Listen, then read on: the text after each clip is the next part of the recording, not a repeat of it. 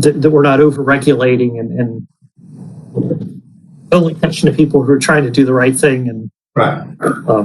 But you bring up a good point. I will talk that over with our zoning administrator and the other people who manage this, and just see what would we would do normally in a situation like that, and whether we would say it's kind of similar in a way when somebody starts taking down trees, and is it silviculture? Are you getting ready to develop? You need a tree survey. It's at what point are they taking an action that is really lining up for future development? Well, I asked because I know of 3 specific sites where that has occurred, right? I've seen Phil come in, they're there today. It's been a year to up to 3 years in some cases, but significant has come to a site and now it sits and it looks completely natural now, like it's always been that way. Well, Stephen, by our code, they would have to have a permit before they did it. Okay. Any alteration to a site requires a permit, and that would be an alteration to the site. Okay. Thank you. I understand you're not creating additional crazy regulatory permitting burden too. Right? That makes sense. Sorry. I missed that. There's not a way to tell from.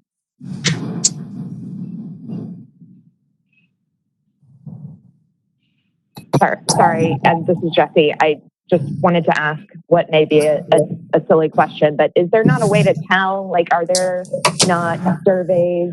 Is there no topographic information that's maintained on existing properties that you could compare it to like see if the elevation has changed significantly?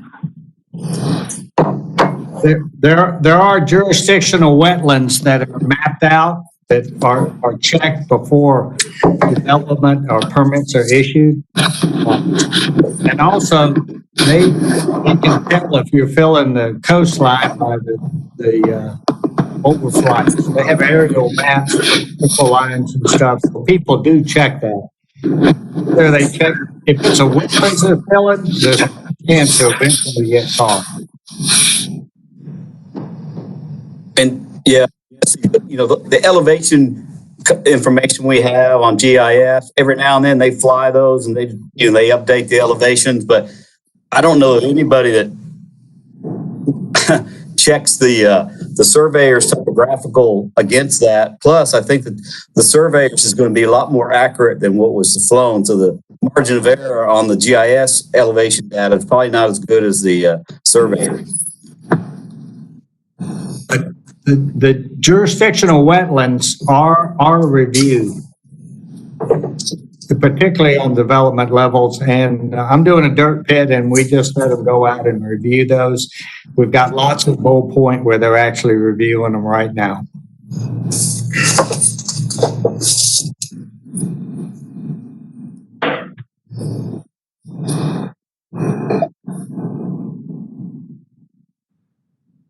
No further comment. I make a motion for approval to forward on to the respective. I had one more comment. I have a question for either Rob or for Alan on L3 on L3. And I can read it. It says single family residential structures utilizing raised slabs with a curtain wall may contain more than 3 feet. When that reference there is curtain wall, is that a foundation wall or is it a retaining wall? Can somebody tell me what they think that curtain wall actually is?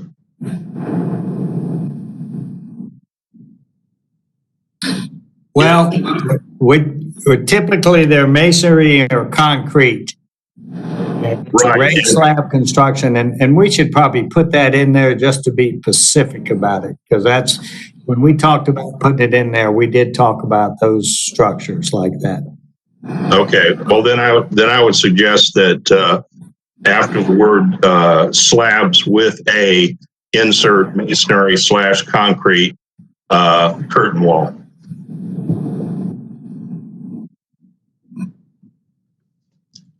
those are the only comments I had. All right, I'm good with that. Okay.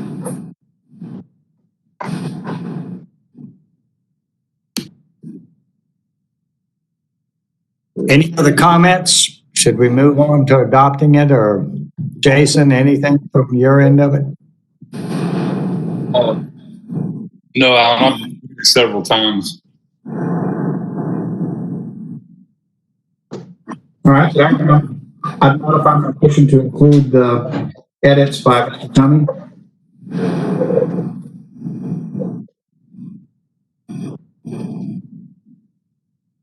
I think that's you moved to put the edits in there and move it forward. Yeah, I move to approve with Mr. Tony's edits and send it on down to county, city, SNPC, leave it to staff for appropriate process. A second. All in favor, raise your hand. I'm raising my hand, y'all. This is Jesse. Aye. Right. I'm going to say it passed. I guess Paul's out there somewhere too.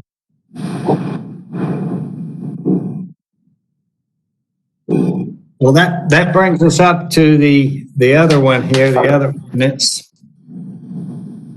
Rod, and that's the Coastal Resilience Overlay District, which is to be added in similar to an ACUS. The question came, what does ACUS stand for? And it stands for Air Installation Compatibility Use Zone. So, I can ask Bob Turner what that meant. He couldn't tell me, but I found it. Yeah. So what we're going to do here is notify homeowners that they're in an area that might be prone to flooding. And we do that in Habersham and other areas, but Habersham, I think, is the main one, and Vivian's Island's another one. And they just let the homeowner beware that you're going to have a noise from an ACUS, or you may be prone to flooding in these low-lying areas. So, comments? Yeah, and I'll just clarify. I mean, the ACUS, or our Airport Overlay District, is the model in that we have an ordinance where we require disclosure or notification when real estate is transferred.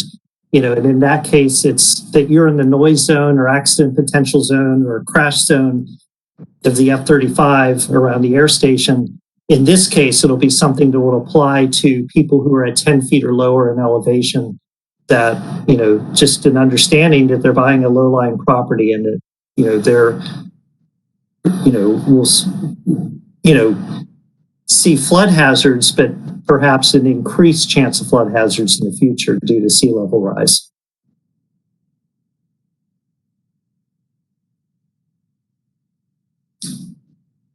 All right. Any other comments on it?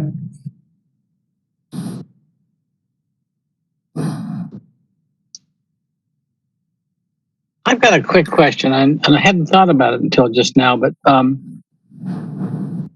how does this documentation that's filed as part of your closing, what's the relationship of this to, say, the FEMA map and the insurance companies that have to take this into account? Is there any?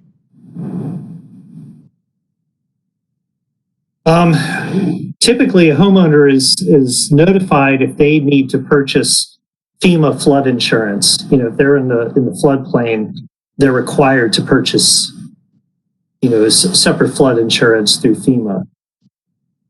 So that's typically, relayed to a property owner. I think that, so there is some overlap, but in this case, we're going a step further to say that, you're looking at a likelihood of increased flooding conditions in the future, and just to make people aware. And I think that in the long term, we're looking at, just being very clear in communicating to a property owner that we're aware of this problem, and that, when flooding becomes more frequent in the future, that they couldn't come back to the county or the city and say, well, why didn't you tell us, that this was going to be an issue? Okay, good. Thank you.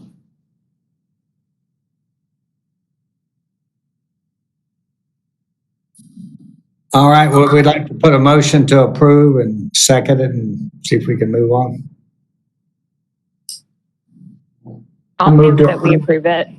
I'll second. All in favor? Aye. I'm raising my hand. Hey, I just want to thank Rob for his leadership of getting the committee together and keeping it moving over this last, year or so. I know it was no easy feat to get all the stakeholders to the table and come up with documents that they were satisfied with. So I appreciate your hard work on all this. Thank you. All right, well, Ditto. Thank you, Rob. thank you, Rob. And I want to give Mike Thank you, Tomey Rob. and Chuck Newton a handout here because they're getting ready to get working on the village plan. And Chuck's going to be working with a group, and I'll let him introduce them. They'll be handling the zoning, and Lauren Kelly, Kate Schaefer, and Susan Cosner. And Mike Tomey will be heading up the village center. And we have a meeting, I guess, tomorrow, and we'll let Chuck work with her under that because so much zoning is going to be affected by the village center. And from there, we'll branch out to these other areas where we need to get some zoning harmonization. It's going to be a lot of work. It's going to have to take a real vision to get it like we want it.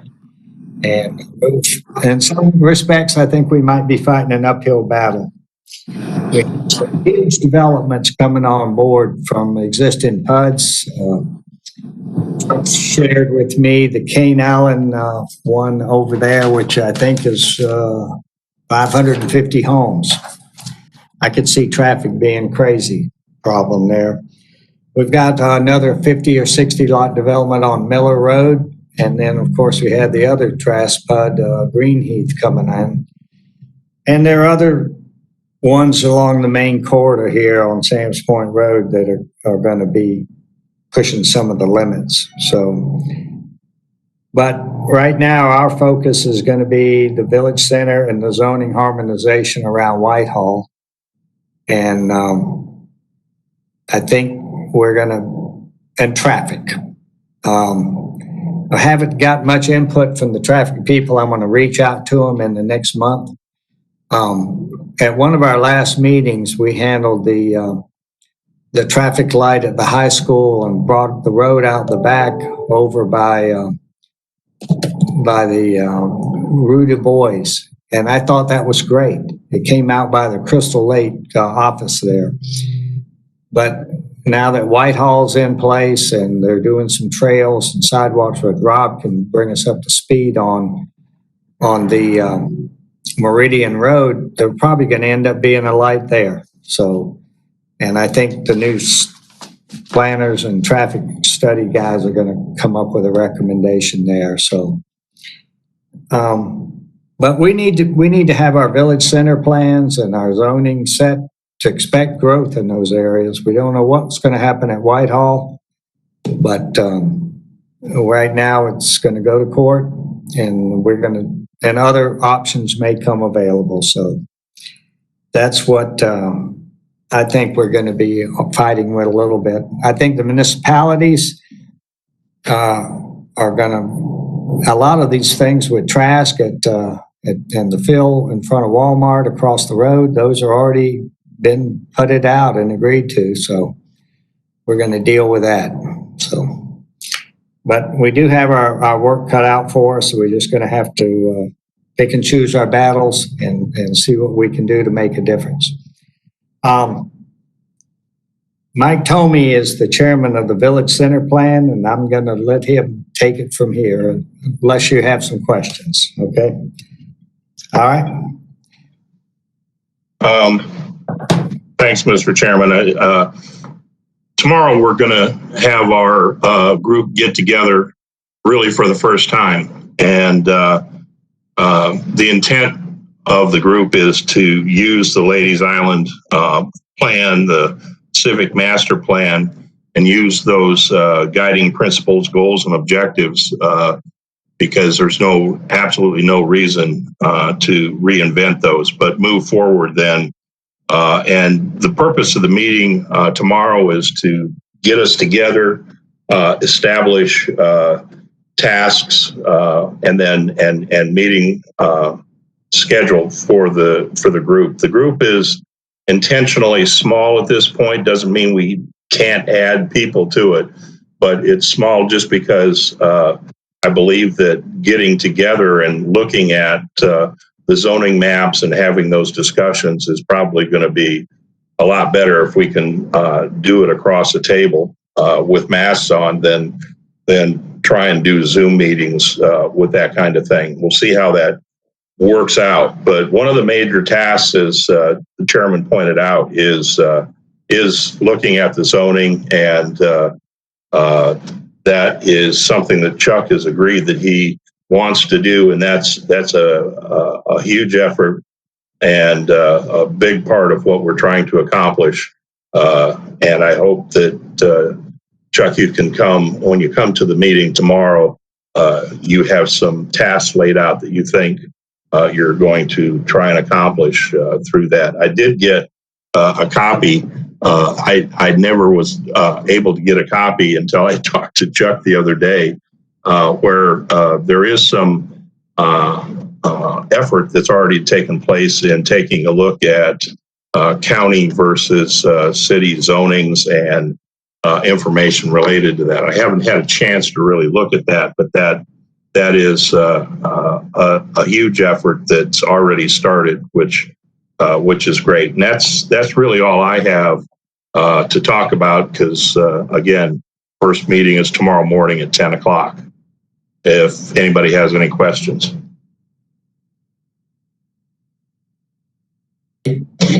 You want to, Chuck, you want to tell us a little bit about your team that you put together?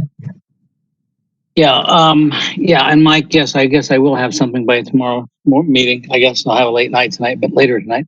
Rob and I met this afternoon along with Dave Frischard, and we tried to put a framework around how we're going to approach the zoning issues, the harmonization. But I think we all agree that the central focus here is going to be this town center, defining and refining what exactly the town center is. I think that'll be the initial, that's going to be the hardest single part of the job, in my view. And I think Mike agrees with me. But the zoning group, what we want to avoid, we don't want to have two subcommittees or working groups out there doing their own thing. So I see this zoning harmonization working group, whatever, working very closely with the town center group, step by step as we move forward, to try and get this job done. We talked about a couple of other issues this afternoon, or when we met, about the low-hanging fruit. And there are a couple of areas that would be much easier to tackle, and we may be able to look at those contemporaneously with the work on the town center. But I think we're really going to take our marching orders from the town center group and sort of work hand in glove with them as we move forward initially. Just want to make a comment. I appreciate Mike's leadership. I appreciate volunteers and staff to jump in and keep the village center master plan kind of moving down the road. But I just want to reiterate that I really believe that we need some outside assistance to come in and do a, again, boundary street redevelopment level plan that looks at transportation, looks at multi-use paths, because I'm not sure if either county or city zoning in the categories that we have and the way it's zoned today is reflective of the vision that's laid out in the Ladies Island plan. And so I'm concerned that we continue to be reactive as projects pop up like Whitehall or Cane Island, when from the public standpoint, we haven't set the table appropriately for how we want to see long-term development in that corridor, which is just going to continue to accelerate in my opinion. So I'd ask that we all continue advocating for again, very comprehensive Ladies Island Village master plan, that the RFP be moved forward and that both the county and the city find funding to move this forward in conjunction with volunteer work and what we can do. And then also full disclosure, kind of as an aside, the Whitehall Holdings Group has filed an appeal against the MPC ruling. Many of you may already know that, but in full disclosure, they have filed an appeal and have asked for pretrial mediation. And so city has secured outside counsel to handle that. And so Paul, the city and you and me, we got something in common now. We're being sued by the same guys. But anyways. Yeah, thanks, Stephen. I think that is my intent of this committee is to, we put together the original RFP 10 months ago. Nobody's fault with everything that we've gone through, but I think it's important, as important as what you're saying it is, to move this thing forward. So the quicker that we can have a consultant come on board, the better off I think we're going to be. But by the same token, I think we can start moving things forward, taking a look at it, and then we can share that with the consultant when he comes on board, and hopefully just put him that much farther ahead.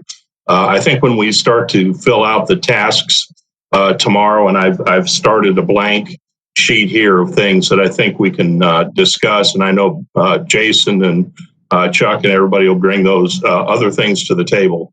We'll have a better idea of what it is, and a lot of it's going to be exactly what the consultant would need to be doing at the same time. So we are going to be moving in a parallel effort with trying to get a consultant on board. But I feel and have felt it's really important for us to just start moving forward.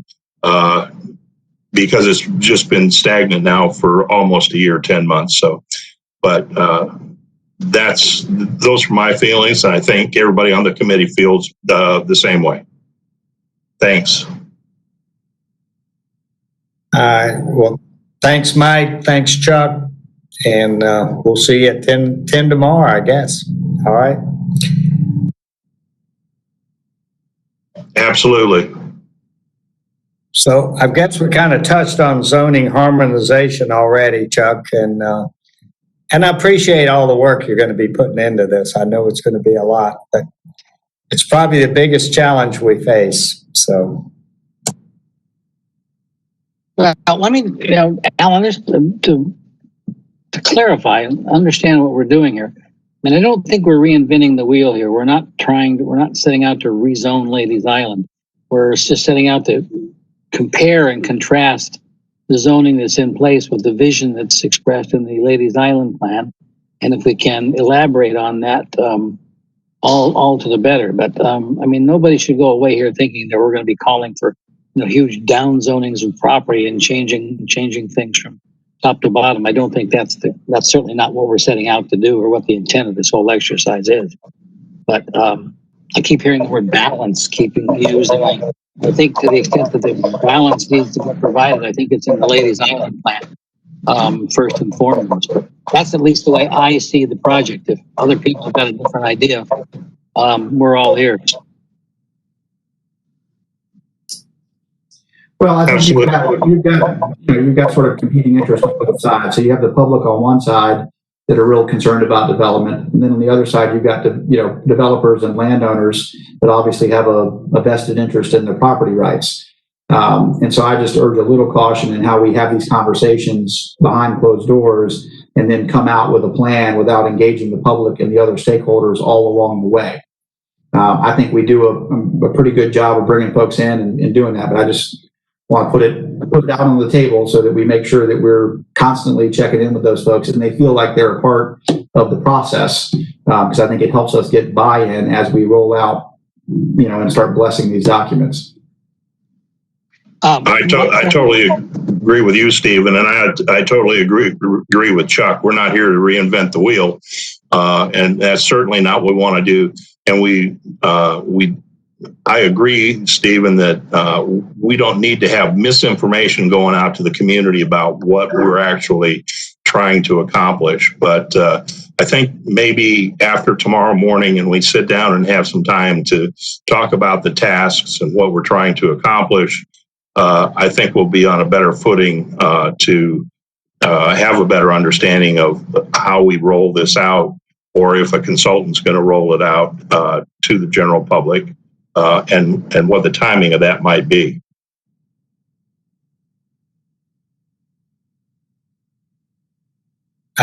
I agree with all that. And it is the right way to do it. And that's why we had a chamber meeting and got people involved.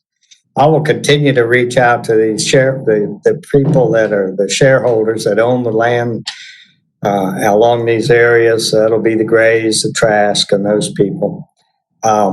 But also one thing I want to emphasize, I've always thought traffic was one of our biggest concerns, and I know with the coalition it was too. So I'm going to continue to work with that when we get with our new county traffic engineer and see how we do with our sales tax and our projects and what their priorities are.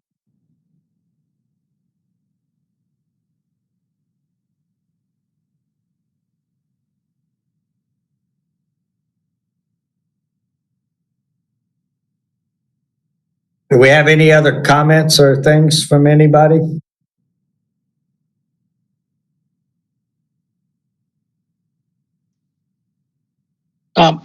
I got one other thing. Since Paul is sitting there smiling behind that mask, I can tell. Paul, what are the opportunities as you see them for finding some funding from the county for this broader master plan? Chuck, I'll be honest with you, I don't know.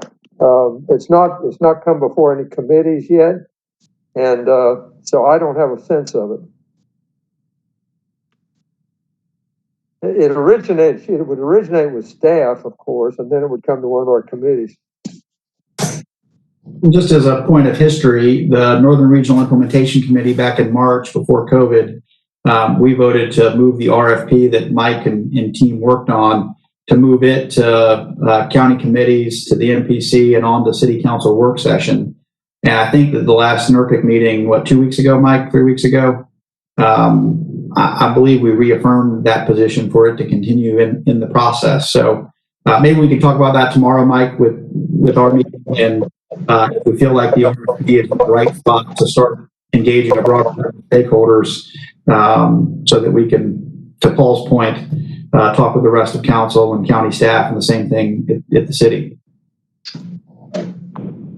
It hasn't been through the MPC yet, or it has? I don't think it has.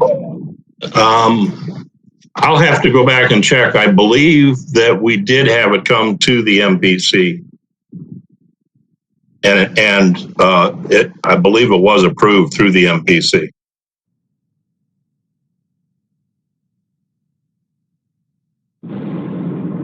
So is it a matter of county and city staff needing to put it on the agendas of various committees or council work sessions, or how do we keep that ball moving forward?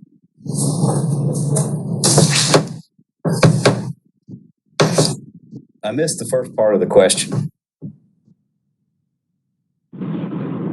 Sorry, I was just asking about the RFQ, and if the directive from NERPIC was to send it forward and get it going before the various city and county committees and councils eventually. Like, is there anything more that we can do to push that forward? Well, the way it stood before was the committee itself was putting together requests for the city and the county to go ahead and present to them and have a request to move forward with the RFP. But it all kind of came to a stop during COVID. So it didn't get, I don't think it got real far. I think they came to the MPC first, and I believe, and Dave, you can check our records. I believe it came to the MPC. They did a presentation, and we did a motion and unanimously approved it to continue to move forward. So I guess it just has to be redone so that it can go. And I don't know. Maybe it seems maybe it's a similar presentation, but we'll have to look at that, and that's something I think maybe should be on our agenda for tomorrow for discussion.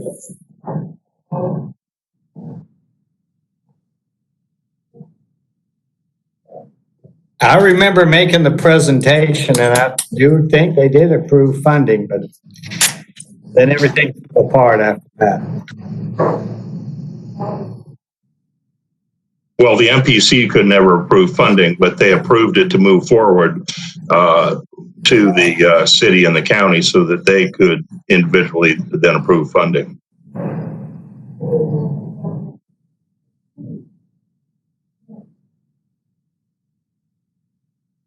All right, I'll check it out with some notes I've got and see what we got, and I'll see you in the morning.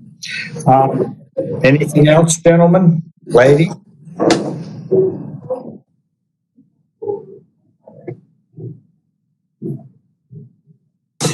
Well, I would just say it looks like we're actually through some of our implementation list. So give ourselves high fives for moving stuff up and out of the committee. That's progress. Maybe between now and next meeting, we get the plan out, flip to the implementation schedule in the back, and start looking at a couple of other items that we might want to start tackling and have a conversation about next goals. Just a suggestion. One of those items is going to be traffic and how we're doing on the funding and the 1 cent sales tax and everything. I also think Ladies Island Community Preservation Committee is a topic of discussion, and what's this committee's role with helping the CPC sort of get reorganized and get energy behind it. If we can help in some way, or if that committee is going to fall apart, if that what that means for the Ladies Island plan, if there's a different tack that needs to be taken, I don't have the answers, but CPC and ongoing monitoring was a big part of the Ladies Island plan and the implementation. And just as a reminder, the initial agreement was once we got to a certain point with this committee where we felt like we had done the sort of initial implementation, then we were going to transfer responsibility to the CPC. But I'm not sure if any of us feel like the CPC is in a position today to take on that responsibility. Well, Jan was out of town today, and I need to talk to him and see what we can do about getting them back active and moving along.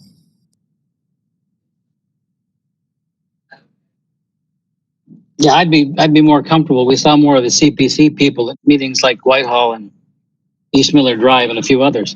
And without, how many days before the election, Mr. Murray?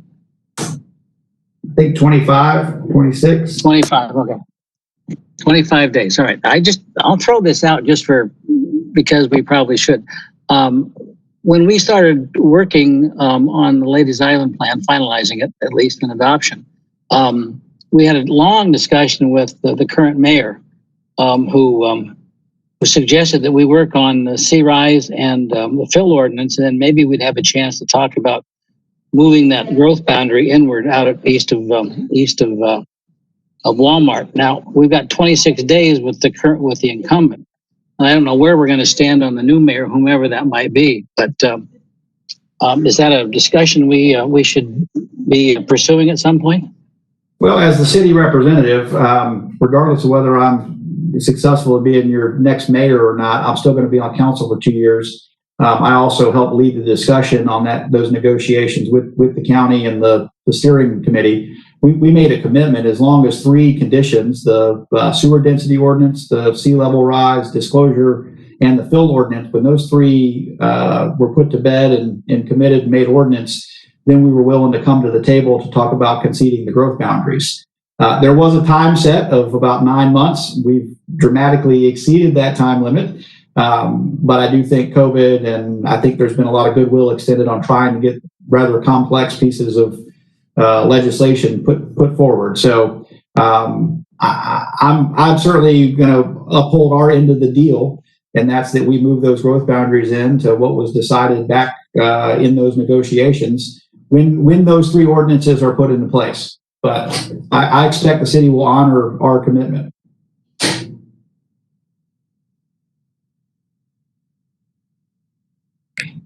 Well, we hopefully we've moved them out of our committee, so we'll see what happens down the line.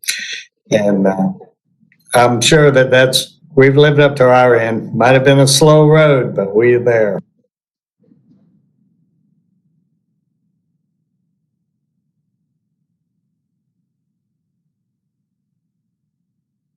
Any other comments?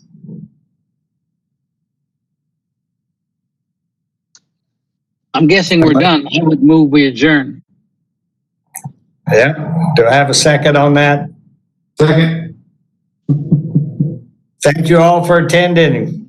Thank you, Chuck. Thank you, Mike. Appreciate all the hard work you're going to be doing. See you tomorrow. See you tomorrow. Thanks, guys. Thank you all.